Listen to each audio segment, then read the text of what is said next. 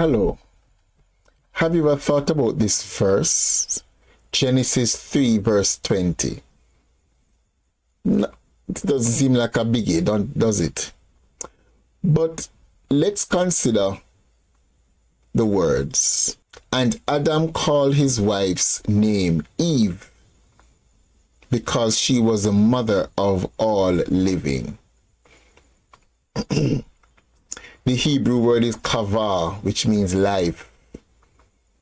Now, notice that Adam, all this while, Adam's wife was called the woman, woman, because she was taken from man. But they had sinned, and God had said that the day you sinned, you shall surely die. So death was pronounced upon them after they sinned.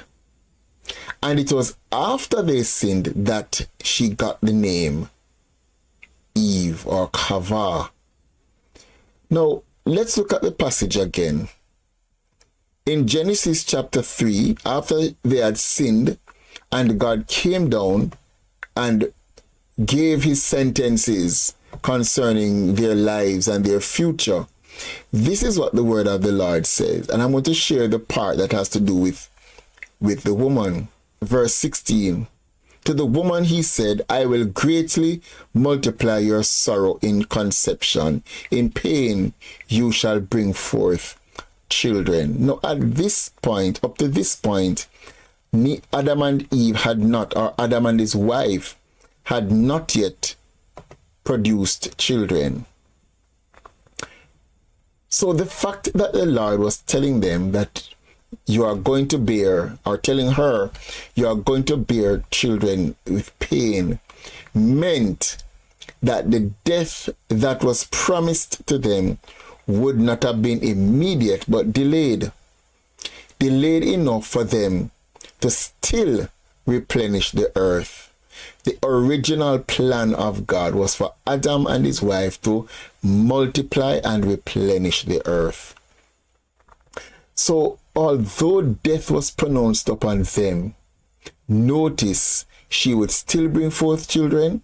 And notice what Adam said. He called his wife's name Eve, or Kava, life. It was a very hopeful statement, a very hopeful name. Every time he said Eve or Kava, it meant life. Come here, life. Come sit with me, life. Come lie with me, life. Let's have a talk, life. Mother of all living.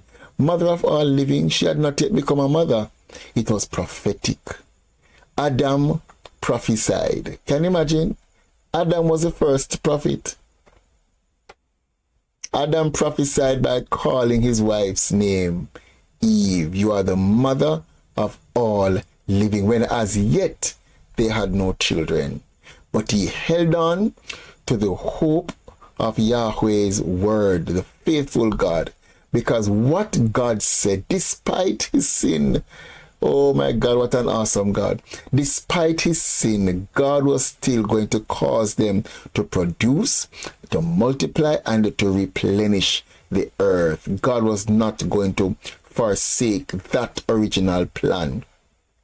And so it is very prophetic that Adam called her the mother of all living, when as yet there were no children. I put it to you that God's faithfulness doesn't change. That's one of his characteristics, one of his attributes. And he cannot change. He will not change. And even when we have failed to hold up our side of the bargain, when we have done wrong, when we have violated the very principles of God, look how God is coming through. Look at God still coming through. Look at God still making promises to us.